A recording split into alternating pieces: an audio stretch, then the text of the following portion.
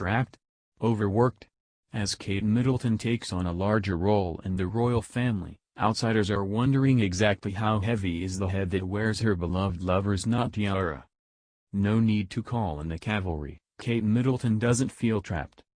Nor is she furious about the larger workload she's had to take on as Prince Harry and Meghan Markle settled into a quieter life in Los Angeles east of enclaves or kvetching about the obligations expected of her.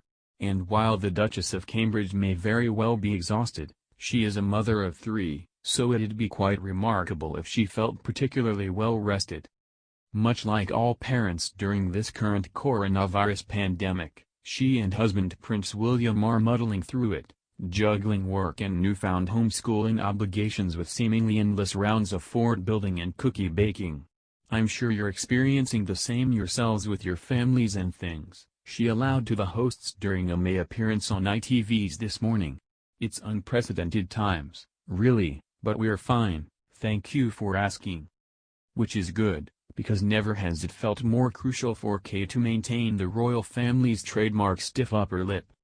All eyes have been on her and William since little brother Harry's January bombshell that he was opting out of a life of walkabouts and heavily scheduled press trips.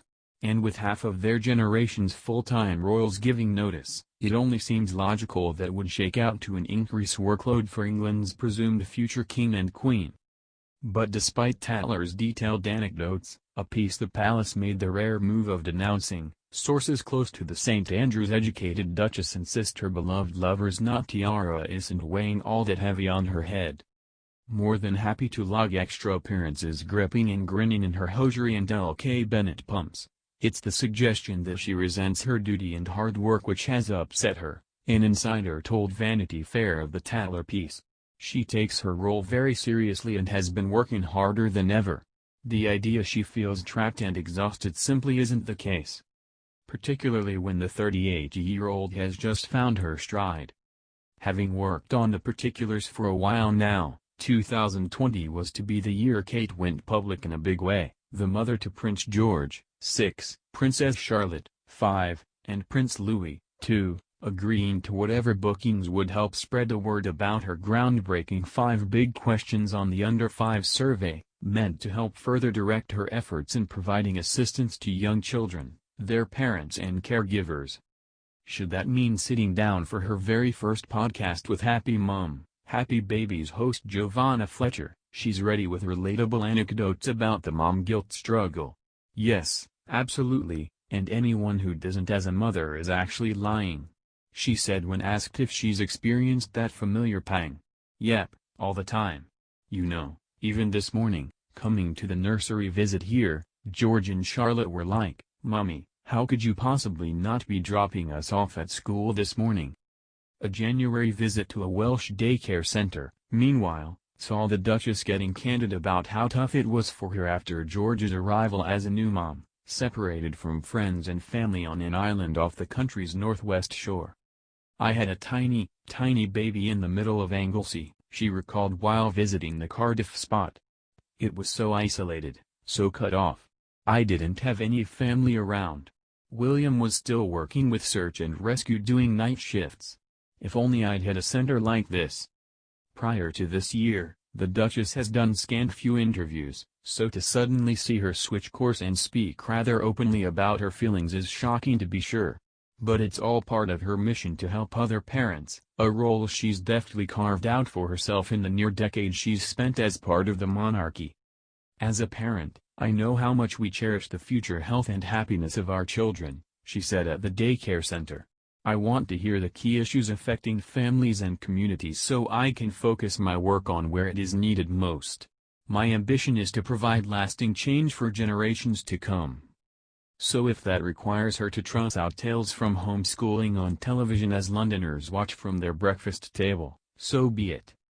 George gets very upset because he wants to do all of Charlotte's projects, she shared during her appearance on This Morning. "Making sort of spider sandwiches is far cooler than literacy work. And running mum and dad ragged is the most fun of all. The children have got such stamina, I don't know how," Kate exclaimed during an April BBC interview. "Honestly, You get to the end of the day and you write down the list of all the things that you've done in the day. So, you pitch a tent, take the tent down again, cook, bake. You get to the end of the day, they have had a lovely time, but it is amazing how much you can cram into one day, that's for sure.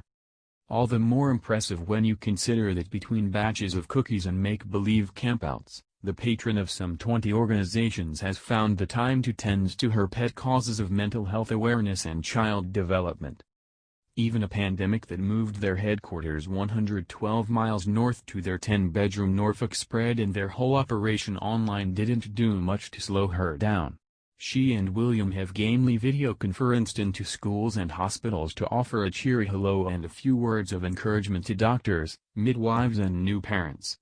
And while it's certainly the royal way to never complain, never explain, she didn't seem all that put out while serving as bingo callers for the residents of Cardiff's Shire Hall Care Home, cheekily announcing numbers such as 6 and 2, tickety-boo. Eager to move forward with the project she's devoted herself so wholly to, she's quite happy keeping her diary full, those close to her swear. She has really been enjoying the early years' work and has found her stride and purpose, an insider told Vanity Fair. She sees this work as a lifelong commitment and she has worked really hard on this campaign. Certainly, Kate couldn't have found a better time to truly cement her footing in the firm.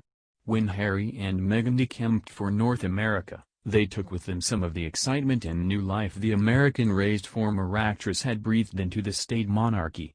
And while Queen Elizabeth II is certainly a formidable woman, at 94, she's hardly the person to make the royals seem hip no matter how many James Bond cameos she films. What has been reinforced throughout all of this is just how important the Cambridges are, royal historian Sarah Gristwood recently told Vanity Fair. There is a repositioning going on within the royal family and we are clearly seeing this. I think this is one of the most important stages in Kate's life as a royal. As a young mother, Kate was allowed to raise her children away from the media spotlight, but now we are seeing a shift.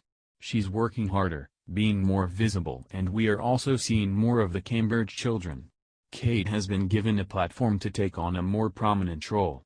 She's not just accompanying Willam to engagements, she is doing things independently and voicing new ideas. So she's not about to complain about logging a little overtime.